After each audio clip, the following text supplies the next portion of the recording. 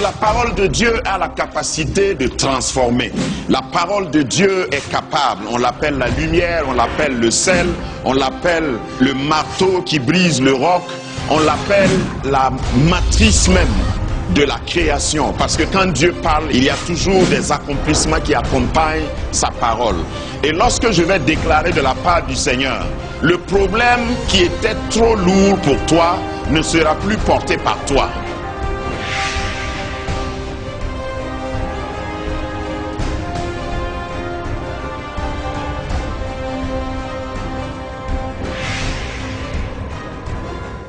Actes chapitre 3, le verset 1 et suivant. Nous allons nous tenir debout comme à l'accoutumée pour lire et laisser Dieu nous parler. Amen. Pierre et Jean montaient ensemble au temple à l'heure de la prière. C'était la 9e heure, ça veut dire 15 heures de l'après-midi, 3 heures de l'après-midi si vous voulez. Il y avait un homme boiteux de naissance qu'on portait et qu'on plaçait tous les jours à la porte du temple appelé la Belle, pour qu'il demandât l'aumône à ceux qui entraient dans le temple. Cet homme, voyant Pierre et Jean qui allaient y entrer, leur demanda l'aumône. Pierre, de même que Jean, fixa les yeux sur lui et dit, « Regarde-nous ». Et il les regarda attentivement, s'attendant à recevoir 1000 francs CFA. Verset 6. Alors Pierre lui dit, « Je n'ai ni argent, ni or, ni CFA, ni dollar. Mais ce que j'ai, je te le donne. Au nom de Jésus, Christ de Nazareth, lève-toi et marche. » Et le prenant par la main droite, il le fit lever. Au même instant, ses pieds et ses chevilles devinrent fermes. D'un saut, il fut debout et il se mit à marcher. Il entra avec eux dans le temple, marchant, sautant et louant Dieu. Tout le monde le vit marcher et louant Dieu. Il reconnaissait que c'était celui qui était assis à la belle porte du temple pour demander l'aumône. Ils furent remplis d'étonnement et de surprise au sujet de ce qui lui était arrivé. Comme ils ne quittaient pas Pierre et Jean, tout le peuple étonné accourut vers eux au portique dit de Salomon. Pierre, voyant cela, dit au peuple, « Hommes israélites, pourquoi vous étonnez-vous de cela? Pourquoi avez-vous les regards fixés sur nous? Comme si c'était par notre propre puissance ou par notre piété que nous eussions fait marcher cet homme. Le Dieu d'Abraham, d'Isaac et de Jacob, le Dieu de nos pères, a glorifié son serviteur Jésus, que vous avez livré et renié devant Pilate, qui était d'avis que l'on relâcha. Pilate était d'avis qu'on relâcha. Vous avez renié le saint et le juste, et vous avez demandé qu'on vous accordât la grâce d'un meurtrier. On va s'arrêter là, parce que l'essentiel est couvert. Prions. Seigneur, devant cette parole, nous voulons nous laisser guider, nous laisser instruire, nous laisser pénétrer spirituellement, que tu puisses nous donner ce qu'il faut, que le Logos devienne réma. Seigneur, ce n'est pas une allégorie, ce n'est pas une histoire vide, ce n'est pas une histoire passée. Seigneur, que cette parole prenne corps, qu'elle habite parmi nous, qu'elle soit pleine de grâce, qu'elle nous couvre et qu'elle réponde à toutes les questions. Quelqu'un est venu ici parce qu'il est peut-être paralysé. Quelqu'un est venu ici à l'heure de la prière, voulant recevoir quelque chose de toi. Seigneur, tu peux donner de l'argent, mais tu sais si ce n'est pas de l'argent qu'il nous faut. C'est pourquoi je demande que chacun soit servi selon ses besoins. nous nous inclinons avec respect devant ta parole et je demande que tu parles au travers de ma modeste personne, que toutes mes faiblesses soient couvertes par ta force, que mon impotence soit couverte par ton omnipotence et que ton peuple soit édifié au nom puissant de Jésus. Amen. Nous lisons une histoire qui peut être citée comme le premier miracle. Vous savez que quand Jésus a commencé son ministère, il y a dans les récits bibliques un récit qui se rapporte à son premier miracle. Les disciples également, après l'enlèvement de Jésus, nous pouvons classer ce récit parmi les premiers miracles opérés par les disciples de Jésus après son enlèvement. Et c'était deux disciples très connus. L'un s'appelait Pierre et l'autre s'appelait Jean. Tout le monde connaît Pierre et je crois que la plupart des chrétiens connaissent également Jean. Pierre, avant le départ de Jésus, à sa mort, n'était pas capable de faire cela.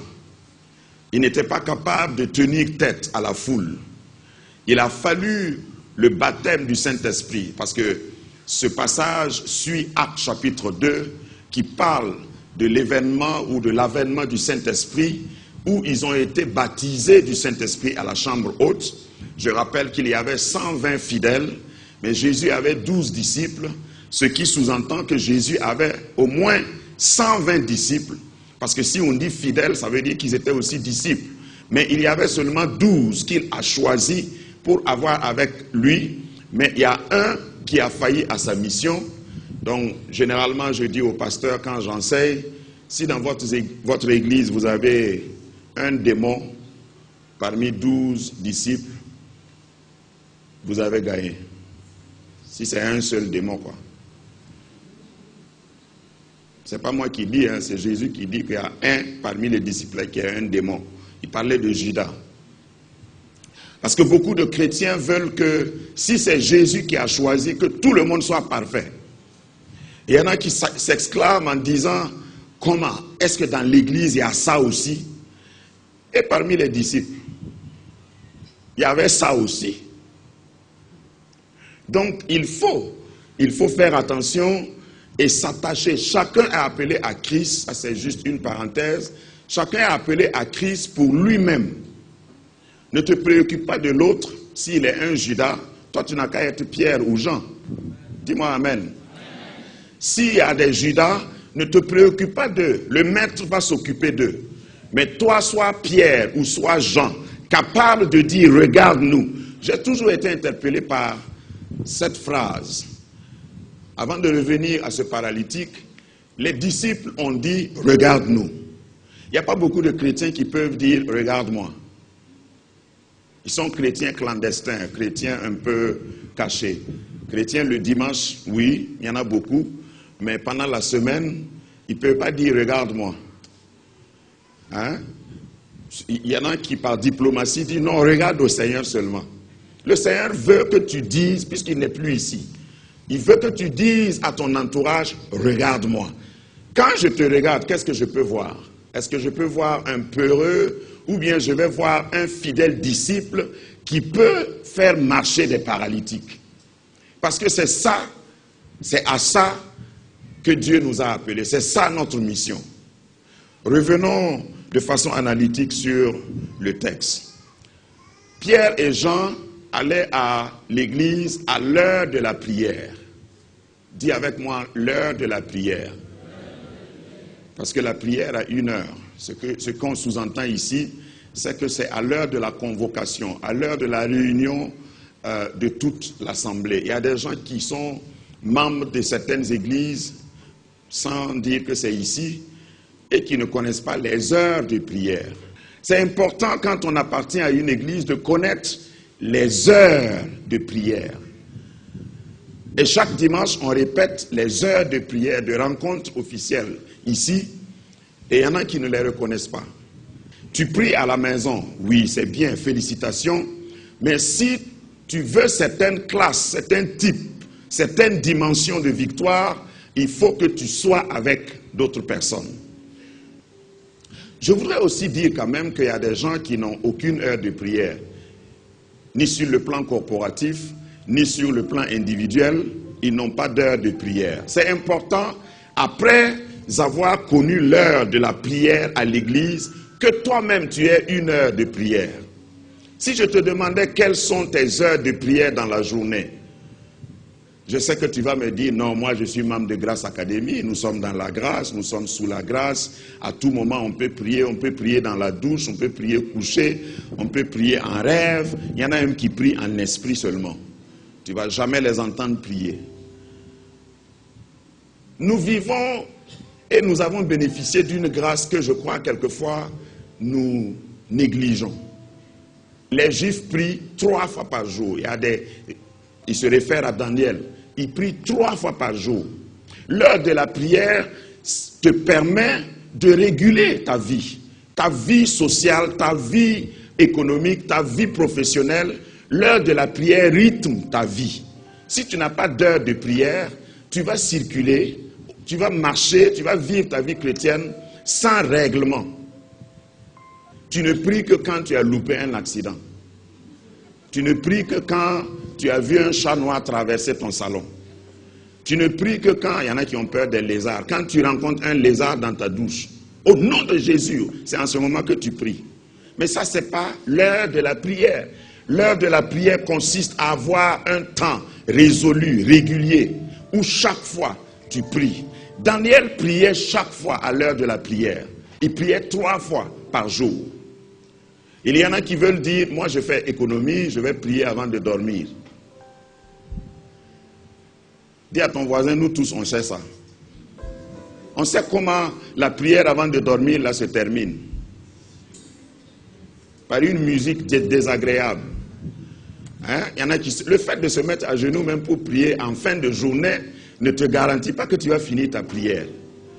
Il y en a qui commencent à prier et après on entend un rythme, on entend des ronflements, on ne sait pas si c'est en esprit, mais la plupart des prières avant de dormir se terminent comme ça. Donc, ne commets pas l'erreur, moi j'ai déjà essayé ça, ça ne marche pas, c'est pourquoi je peux te parler. Ne commets pas l'erreur de dire, non, mon heure de prière c'est avant de dormir. Grâce Académie, une vision, une plateforme, un cadre d'expression et d'épanouissement pour tout l'homme. Une ambassade du royaume de Dieu, un peuple d'adorateurs, un centre multiracial, une église sans cloison avec pour seule passion vivre la réalité de l'évangile de Jésus-Christ. Grâce Académie, une voix prophétique et une vision pour sa génération. Situé à Ouagadougou, à 700 mètres de l'ambassade des États-Unis, côté Est. Grâce Académie.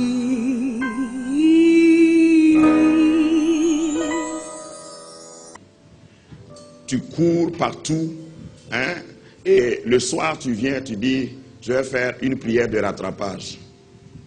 Le sommeil va t'embrasser et puis tu vas oublier ta prière.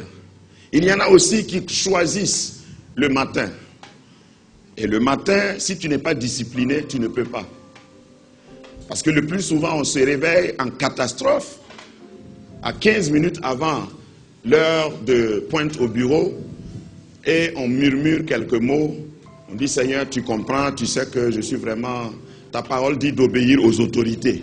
Donc, je ne dois pas aller en retard. Donc, comprends-moi, Seigneur, au revoir, à ce soir.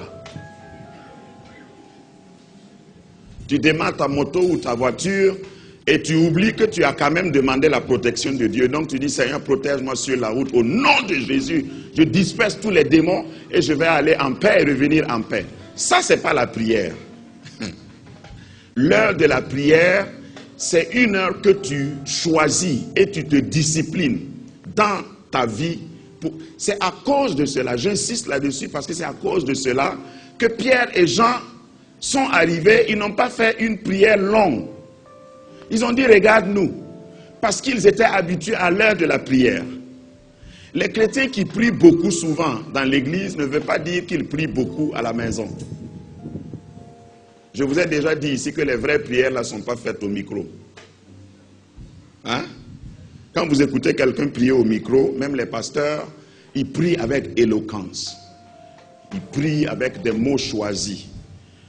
Si c'est un francophone, il utilise le français de Louis II. Ô Seigneur, nous te rendons grâce. Sois béni, Seigneur, Dieu éternel, omniscient, omnipotent. Si ta case est en train de brûler et tu veux prier, est-ce que tu pries comme ça? Si tu es en danger de mort et tu veux prier, tu ne te souviens pas de ça. Éternel Dieu, créateur de l'univers, tout ça. C'est en train de brûler. Tu dis, hé Seigneur, au secours. Ce sont des paroles comme ça qui sortent. Pour dire que la vraie prière sort d'un cœur sincère. La vraie prière, c'est une expression de ton âme, de ton esprit. Ton esprit, ton âme et ton corps sont en aliment parfait et demandent le secours de Dieu. Mais il y en a qui n'ont aucune heure de prière. Et quand ils veulent prier aussi, ils ne savent pas quoi dire. Il y en a même qui pensent, je vais prier 3 fois par jour, je vais dire quoi à Dieu? C'est quand tu ne pries pas que tu n'arrives pas à prier. Sinon, quand tu pries, une prière longue ne te dérange pas.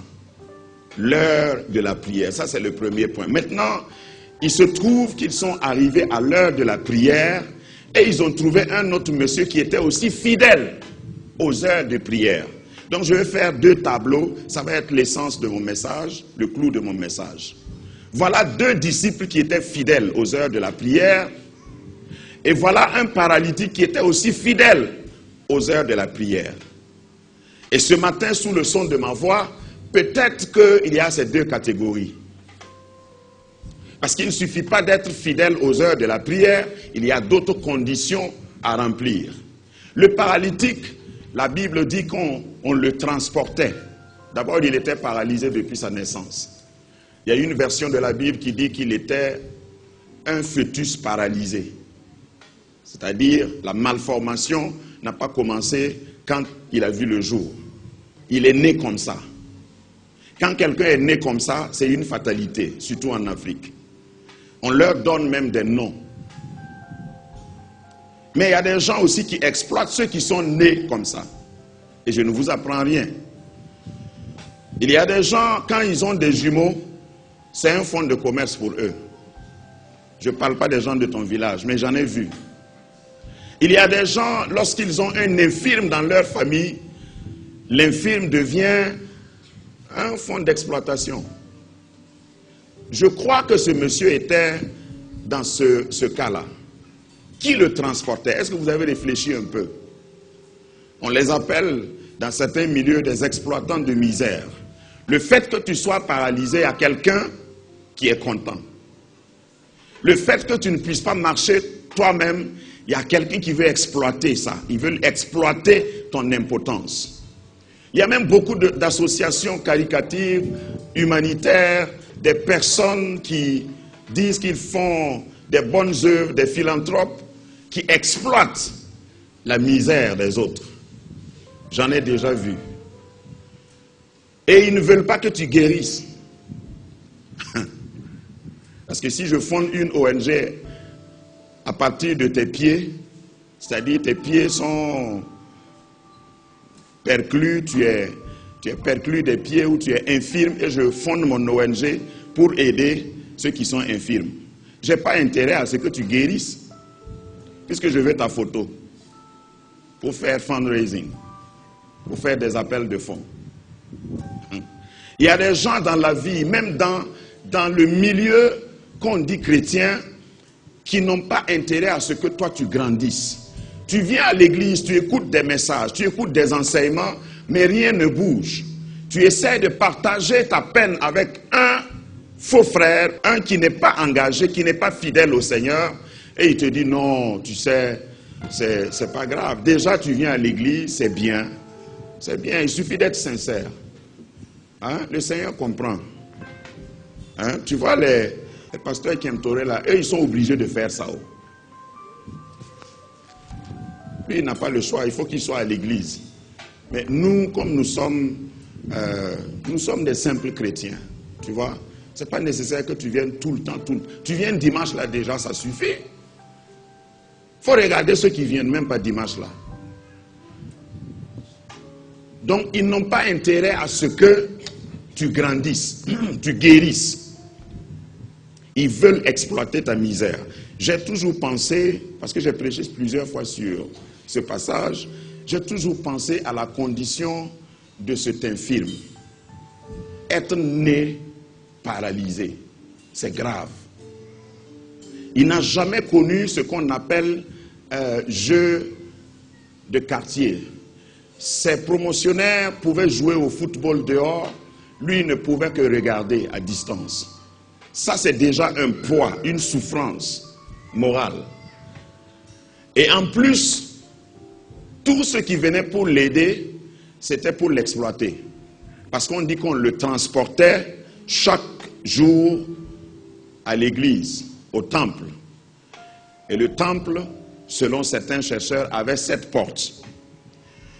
Et il y a des portes qui sont des portes ordinaires. Il y avait d'autres qui étaient des portes des dignitaires. Dis-moi amen. C'est pourquoi on appelait cette porte-là la porte nommée la belle. Donc ce n'est pas tout le monde qui entre là. Si vous allez dans un grand service, même quelquefois, en dehors des portes, il y a des ascenseurs. Il y a un ascenseur qu'on peut dédier juste au directeur et puis peut-être une ou deux personnes dans le service. Et si tu arrives et l'autre ascenseur est occupé, tu vas attendre. Donc la porte nommée la belle, c'est seulement pour les dignitaires, ceux qui avaient un peu. Donc ceux qui étaient bien, parce qu'en Israël, et Jésus a d'ailleurs parlé de les scribes, les pharisiens, même dans le temple, ils avaient des places de choix, des places de distinction. Et ils laissaient pousser la barbe, leur démarche, leur habillement était différent. Eux, ils entraient par la porte nommée la belle. Est-ce que quelqu'un comprend maintenant pourquoi il s'assoit là-bas? Parce que les mendiants, souvent, sont plus stratégiques que nous, enfin, que ceux qui ne mendient pas. Les mendiants qui sont au feu tricolore, ça c'est pas pour sarcasmer, mais ils savent à quelle heure les personnes, les moraux puissants passent. Ils savent quel jour ils font plus de recettes. Si vous observez bien, ils sont mendiants, mais ils sont intelligents. Dis à ton voisin, je peux être paralysé, mais je suis intelligent. Il avait des problèmes avec ses pieds, pas avec sa tête. Il quitte le matin à une heure donnée et ils viennent le déposer à la porte nommée la belle pour qu'il mendie. Vous croyez qu'ils viennent le soir le prendre, aller le déposer à la maison comme ça seulement? Hein? Qui croit qu'ils font les comptes? Ah non, moi je ne peux pas te transporter. Tu penses que c'est facile? Tu as eu combien aujourd'hui? Et puis il est obligé de dire. Il dit, mais comment? Tu n'as pas vu les dignitaires là passer? Pourquoi l'autre jour tu as eu 400 000 et puis aujourd'hui tu n'as eu que 200 000? Ça ne va pas chez toi, non? Si tu fais comme ça, on va te laisser ici. Il y a des gens qui vont venir à l'église et chaque fois que tu vas essayer de changer l'habitude, peut-être que tu viens avec quelqu'un, vous venez ensemble à l'église. Je sais que souvent on vient ensemble à l'église. Suivez mon analogie. Il dit, bon, je viens, demain matin, on va aller à l'église. Et puis c'est dimanche. Malheureusement, celui qui te dit de l'attendre, il vient en retard et du coup, toi aussi tu es en retard. Dis-moi amen. Même si ça ne te concerne pas. Je sais qu'ils ne sont pas ici. Le dimanche qui suit, c'est la même chose. Le 3e dimanche, si tu es un chrétien qui respecte le Seigneur et qui respecte les heures de prière, s'il appelle et il dit, demain matin tu m'attends, hein, comme d'habitude, on va aller. Qu'est-ce que tu lui dis? Non, il faut venir toi-même. Tu connais la route de l'église, je vais te devancer, je prierai pour toi pendant que tu arrives. Tu parles gentiment, comme ça, il ne va pas t'oublier. Il y a beaucoup de gens, beaucoup de chrétiens qui sont remorqués. Ils n'ont pas de moteur eux-mêmes. Ils regardent les autres. Tu vas aller à la réunion là ce soir, Il dit, ah ouais, je voulais partir, mais vraiment aujourd'hui là, je suis fatigué. Ah bon? Ah, moi-même j'hésitais. Oh. Donc, ok, comme ce n'est pas un seul jour là, donc tu deviens comme lui. Ceux qui transportaient ce paralytique, c'était dans leur intérêt. Et ce n'est pas des gens qui entraient dans l'église. Parce que la situation que je trouve fatale, je trouve dommage pour ce paralytique, est qu'il était toujours à l'église, mais il n'était pas dans l'église. Il venait toujours aux heures de prière, mais il n'entrait pas. Il y a quand même une différence entre être à la porte et être dans la maison. Voyez quelqu'un, je suis sûr que si quelqu'un demandait au paralytique, comment s'appelle le pasteur, il connaît son nom. Comment s'appelle sa femme, il connaît son nom. C'est quel chant on a chanté le premier avant de commencer le culte, il connaît les chants. Quels sont les appelés qu'on a présentés là, il les connaît. Quelles sont les veuves de l'église? Tu connais les veuves de l'église? Il connaît. Il connaît tout de l'église. Il connaît les chants de l'église. Mais il ne connaît rien de l'essentiel. Si tu ne fais pas attention, tu vas vivre à la porte de l'église. Tu es à l'église, mais tu n'entres pas. La bénédiction se trouve dedans, pas dehors. Pourquoi faire tout le trajet, venir jusqu'ici, et puis laisser quelqu'un voler ta bénédiction? Pourquoi venir t'asseoir pendant 2 ou 3 heures dans l'église et sortir, laisser quelqu'un parler et polluer ce que tu as reçu? Pourquoi devenir un chrétien adulte, marchant avec Dieu? Pendant toute la semaine, tu avais peut-être un objectif à atteindre. Tu viens à l'église dimanche, et puis un voisin qui est assis dans l'église chuchote, critique quelqu'un et te dévie de la bonne trajectoire. Il faut dire je refuse. Regarde, je suis aussi déterminé pour te dire que si tu viens à l'église et à quelqu'un qui veut s'interposer entre toi et ta bénédiction, je n'évite pas, hein, je ne contourne pas. Je vais te dire de quitter. Il faut bouger, je vais passer. Parce que si tu ne fais pas attention, tu vas vivre ta vie chrétienne comme ce paralytique. Il connaît tout de l'église, mais il n'avance pas. Il était toujours à la même place. Si c'est sur un coussin qu'on l'asseyait, je suis sûr que le coussin a pris la forme du paralytique. Je ne vais pas dire plus que ça.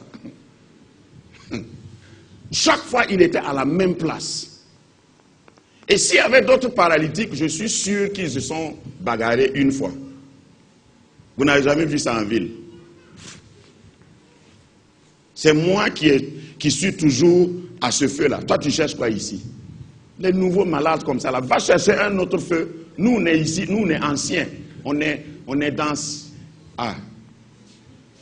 Il faut aller là où il y a les autres, parce que ce n'est pas tous les feux qui donnent les mêmes recettes. Il y a des gens qui sont anciens dans l'église, mais qui ne peuvent pas te donner ce que l'église donne. Grâce Académie, rebâtir, restaurer, réparer, relever, rendre le pays habitable. Grâce Académie.